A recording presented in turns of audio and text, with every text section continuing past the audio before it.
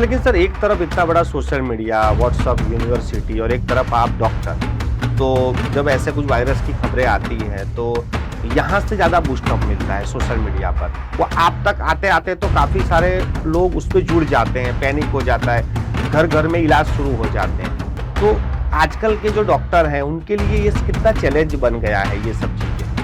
तो सर जिस तरह से आज हम 15 दिन पहले देखें तो एक पैनिक सा हो गया था कि हेल्थ मिनिस्टर तक के भी बयान आ गए थे, लोग उसके बारे में चर्चा शुरू हो गई थी। तो वो अचानक से ऐसा क्यों हुआ था और आज इतने दिन के बाद अब नॉर्मलाइज जैसा हो गया? सर समाज में ऐसी बातें होती हैं कि कुछ लोग ज़्यादा ही जागरूक हो जाते हैं, पैनिक कर जाते हैं। कुछ लोग इतना लेजीपना कर देते हैं कि डॉक्टर नहीं, वो खुद ही डॉक्टर बन जाते हैं।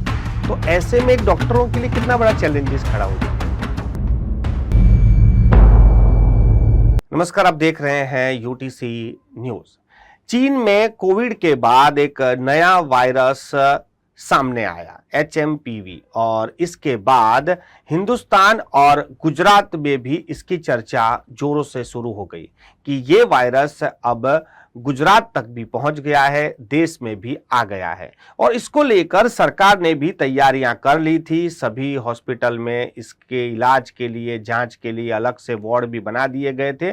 और जिस तरह से एक हफ्ते पहले एक माहौल सा बन गया था कि क्या कोविड फिर से आ रहा है या कोविड जैसा कुछ आ रहा है, तो इसको लेकर हर कोई चर्चा कर रहा था। आज हम उसी पर चर्चा करेंगे कि क्या वाकई ये सिर्फ भ्रम था या कुछ ऐसा कुछ होने वाला है, क्या है ये वायरस और आज इसकी स्थिति क्या है। हमारे साथ डॉक्टर मुरुगेश देसाई हैं जो इसके जानकार हैं और इन्हीं से हम आज बात करेंगे। सर पहले आपके बारे में कुछ बताइए और फिर ये HMPV वायरस के बारे में। मैं डॉक्टर मुरुगेश देसाई हूँ, कंसल्टेंट पल्मोनोलॉजिस्ट जाइडस हॉस्पिटल में as a full time consultant available हूँ। और HMPV वायरस ये कोई नया वायरस नहीं है, पुराना वायरस है और काफ़ी टाइम से वर्ल्ड में है, सर्कुलेशन में है, लोगों को उसकी बीमारी होती रहती है। बट ये अपने को पता चला 2001 में जब नीदरलैंड में साइंटिस्ट ने देखा कि ये रेस्पिरेटरी वायरस क्या है, तो उन्होंने उसको आइसोलेट किया, उसका नामकरण किया कि ये HMPV मतलब ह्यूमन मेटान्यूमो वायरस है। और अभी जो रिसेंटली चाइना में हमने सुना है कि HMPV वायरस का आउटब्रेक हुआ है या तो फिर इसके केसेस बहुत ज़्यादा बढ़ गए हैं। तो मैं ये कहना चाहूँगा कि ये ओवरऑल ये सीज़न ही ऐसा रहता है ना, विंटर सीजन, कि जिसमें सारे वायरसेस बढ़ जाते हैं। हाँ, हो सकता है कि वहाँ पे HMPV वायरस थोड़ा प्रीडोमिनेट कर रहा है। तो सर जिस तरह से आज हम 15 दिन पहले देखें तो एक पैनिक सा हो गया था कि हेल्थ मिनिस्टर तक के भी बयान आ गए थे, लोग उसके बारे में चर्चा शुरू हो गई थी। तो वो अचानक से ऐसा क्यों हुआ था और आज इतने दिन के बाद अब नॉर्मलाइज जैसा हो गया? सो बेसिकली ये वायरस की जो न्यूज़ आई ना, वो चाइना से आई, और पहले भी जो कोविड वायरस की न्यूज़ आई थी वो भी चाइना से आई थी। सो चाइना से हर बारी कुछ हद तक इन्फॉर्मेशन आती है, कुछ हद तक इन्फॉर्मेशन नहीं आती है इनिशियल बेसिस पे। और हम ये कंसिडर करते हैं कि ह्यूमन मेटान्यूमो वायरस HMPV वायरस ये नॉर्मल कोल्ड का वायरस है। कोरोना वायरस था पहले, वो भी कोविड-19 में अपने को पता चला कि वो म्यूटेटेड वायरस आया है ना। तो ये HMPV वायरस को हम अभी तक के जो चाइना के ओर से रिपोर्ट्स आ रहे हैं और बाकी के वर्ल्ड की ओर से रिपोर्ट्स आ रहे हैं, it is a normal virus. So initially हमें लगा था कि शायद वो कोविड जैसा कुछ ना हो, बट जिस तरह से अभी तक देखे कि दिसंबर एंड से वहाँ पे स्टार्ट हुआ और भी मिड जनवरी तक, तो ऐसा कुछ केसेस में इतना राइज नहीं हुआ है, इतना कुछ सीवियरिटी नहीं रहा है। हाँ, केसेस है बट मैनेजेबल है, इजीली सपोर्टिव ट्रीटमेंट से पेशेंट ट्रीट हो रहे हैं। सो अभी इसको हम नॉर्मलाइज कंसिडर कर रहे हैं। हाँ, बट हमेशा हमें वो ध्यान रखना है कि इसको ना कोई भी वायरस है तो स्प्रेड बहुत इजीली हो जाता है, पर्टिकुलरली रेस्पिरेटरी वायरस। सो सारे प्रिकॉशंस रखने हैं और उसके साथ हम अपनी नॉर्मल लाइफ कंटिन्यू कर सकते हैं। तो सर आप तो प्रैक्टिस पे है, तो जब ये बात आई थी, जब ये खबरें आई, तो पेशेंट जब आपके पास आ रहे थे या फिर उनकी संख्या बढ़ गई, तो इसके बारे में लोग पूछ रहे थे? डेफिनेटली, क्योंकि जब न्यूज़ में कोई भी चीज़ आती है तो वो दिमाग में एक बारी चढ़ तो जाती है कि शायद मुझे तो नहीं है। सर्दी जुकाम की सीज़न है, हर एक को होता है, कि हर एक के दिमाग में आता है। बट HMPV वायरस का ये है ना कि ज़्यादातर सीवियर डिजीज़ या तो फिर जो भी होता है उसका सीवियर फॉर्म ऑफ मैनिफेस्टेशन, तो वो सिर्फ बच्चों में, मतलब लेस देन 5 ईयर्स ओल्ड है, इन्फेंट से 1 साल के छोटे बच्चे, या तो फिर old age more than 70-80 years वाले, या तो फिर जिनको कुछ एसोसिएटेड बीमारियां हैं, जैसे क्रोनिक डिजीज, हम बोलते हैं कि क्रोनिक किडनी का डिजीज हो गया, क्रोनिक लीवर डिजीज हो गया, लंग्स के क्रोनिक डिजीज है, सीओपीडी अस्थमा के पेशेंट है, कि जिनका इम्यूनिटी ऑलरेडी डाउन है, कोई ट्रांसप्लांट पेशेंट्स है, किडनी ट्रांसप्लांट, लंग ट्रांसप्लांट, तो जिनका इम्यूनिटी डाउन है उनमें वो सीवियर डिजीज करते हैं। तो लोगों तक ये चीज पहुंचानी जरूरी है कि नॉर्मल पेशेंट्स में या नॉर्मल सर्दी जुकाम को HMPV का सीवियर फॉर्म कंसीडर करने का जरूरत नहीं है। नॉर्मल प्रिकॉशंस रखिए और जो रूटीन लाइफ है उसको कंटिन्यू कीजिए। हाँ, डेफिनेटली ये सब में एंटीबायोटिक्स वगैरह कुछ काम नहीं करती है, तो आजकल ये रहता है कि फार्मेसी की शॉप पे गए और एंटीबायोटिक या कुछ ना कुछ दवाई ले लिया। नॉर्मल चीज़ों के लिए ठीक है, बट आई विल सजेस्ट कि जब भी आपको कुछ भी फीवर परसिस्टेंट रहता है, कि हाई ग्रेड फीवर आ रहा है, ब्रीदिंग डिस्कम्फर्ट हो रहा है, या फिर आपके सिम्टम्स रूटीन मेडिसिन से नहीं जा रहे विद इन 48 आवर्स, तो आपको एक बारी अपने डॉक्टर को कंसल्ट करना है, ठीक है, ताकि वो आपको सही जगह पे गाइड करे कि ये अपने को ज़रूरी है, इसका टेस्ट करना ज़रूरी है या नहीं, या और सपोर्टिव ट्रीटमेंट की ज़रूरत है। सर, समाज में ऐसी बातें होती है कि कुछ लोग ज़्यादा ही जागरूक हो जाते हैं, पैनिक कर जाते हैं, कुछ लोग इतना लेजीपना कर देते हैं कि डॉक्टर नहीं, वो खुद ही डॉक्टर बन जाते हैं। तो ऐसे में एक डॉक्टरों के लिए कितना बड़ा चैलेंजेस खड़ा हो जाता है। जब से ये इंटरनेट आया हुआ है अपनी रूटीन लाइफ में, पहले इंटरनेट था, बट जब से उसकी फ्रीक्वेंसी, स्मार्टफोन्स और वो सब यूज़ बढ़ गया है, तब से हमारे लिए एक चैलेंज डेफिनेटली बढ़ गया है। बिकॉज हमारे पास जो भी पेशेंट आता है ना, आइदर कुछ ट्रीटमेंट लिया होता है या तो फिर गूगल से सब कुछ सर्च करके आता है।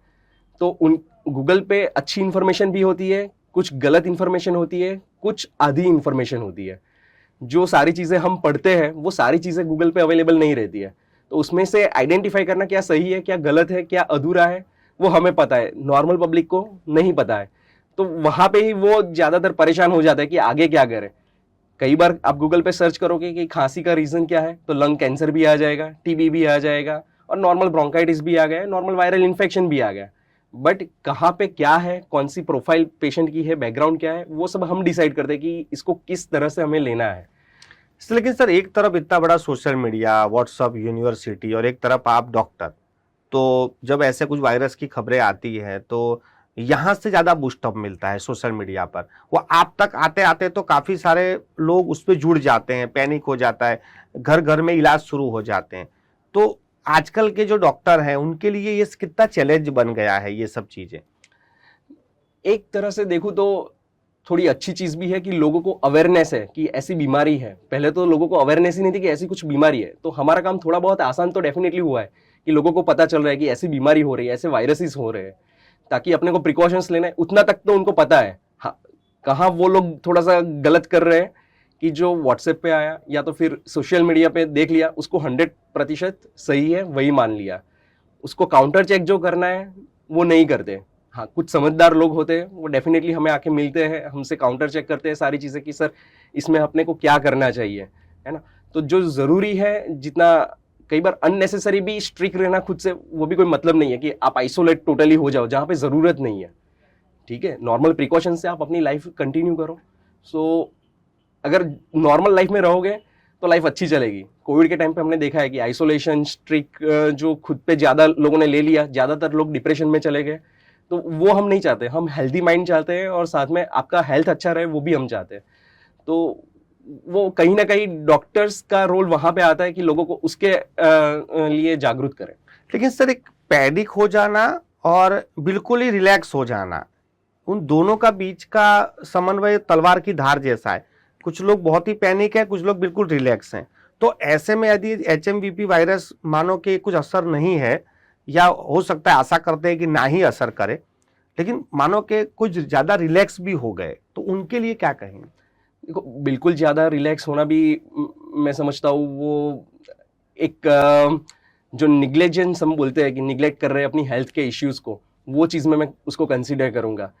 हाँ, हो सकता है कि ये HMPV या तो फिर कॉमन कोल्ड ही हो, ठीक है, बट अगर सिम्टम्स आपके परसिस्ट कर रहे हो तो आपको रिलैक्स नहीं रहना है, आपको जाके एक बारी डॉक्टर से मिलना है, एक बारी उसका क्या कारण है वो पता लगाना है। अगर डॉक्टर ने बोल दिया कि हाँ ठीक है कुछ नहीं है, तब जाके रिलैक्स रहो और बाकी के प्रिकॉशंस रखो, कि जैसे कफ के लिए अपने को थोड़ा बहुत ध्यान रखना है, कफ एटिकेट्स फॉलो करने हैं, हैंड वॉश करने हैं फ्रीक्वेंटली, थोड़ा सा डिस्टेंस मेंटेन करना है, सोशल डिस्टेंसिंग रखना है, जो हमने कोविड के टाइम पे सब स्ट्रिक्ट फॉलो किया था, बिकॉज कोविड का हमें पता था कि ना उसकी मॉर्टालिटी, मतलब उसके चलते काफ़ी सारी लोग मर रहे हैं।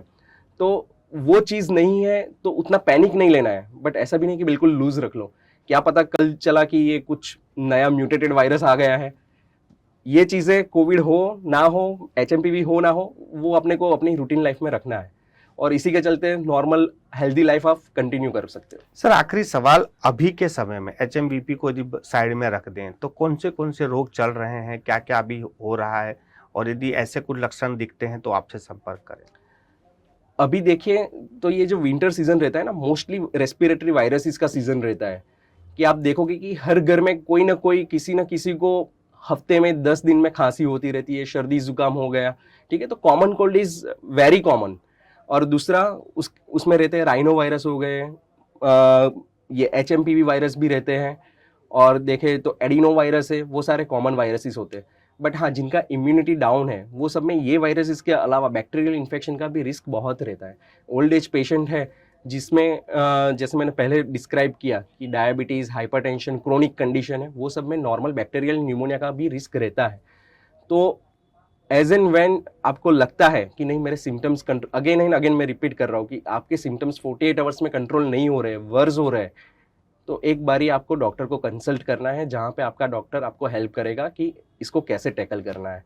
कई बार क्या होता है, ज़्यादातर ये जो वायरस इन्फेक्शन होते हैं ना, वो सेल्फ लिमिटिंग होते हैं, 7 से 10 दिन, ज़्यादा से ज़्यादा 14 दिन तक आपके सिम्टम्स रिकवर कर जाते हैं, ठीक है। बट कुछ वायरसेस या फिर कुछ बैक्टीरियल न्यूमोनिया ऐसे होते हैं कि जिसमें वो लंग्स को डैमेज काफ़ी हद तक कर देते हैं।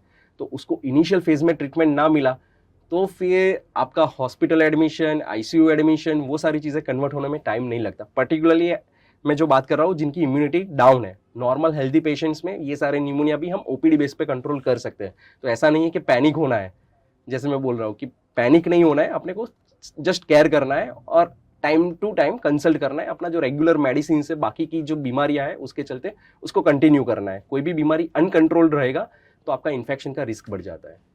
बहुत बहुत धन्यवाद सर, हमसे बातचीत करने के लिए। ये थे डॉक्टर मुकेश देसाई, और HMPV पर जब हम बात कर रहे हैं तो अभी परिस्थिति बिल्कुल सामान्य है और ये वायरस पुराना है, ये हर कोई कह चुका है, मगर ऐसा सोचकर हमें बैठ भी नहीं जाना है, ये भी डॉक्टर साहब कह रहे हैं। यदि आपको लक्षण सर्दी खांसी के लगते हैं और वो कुछ समय तक लग रहे हैं तो आपको डॉक्टर से जरूर संपर्क कर लेना चाहिए, वो सामान्य बीमारी हो या बड़ी बीमारी हो। डॉक्टर यदि एक बार हमें कह दें कि ये ठीक है तभी हमें ठीक मानना है। अपने से कोई इलाज ना कर डॉक्टरों से संपर्क करें और अपनी सेहत का ख्याल रखें।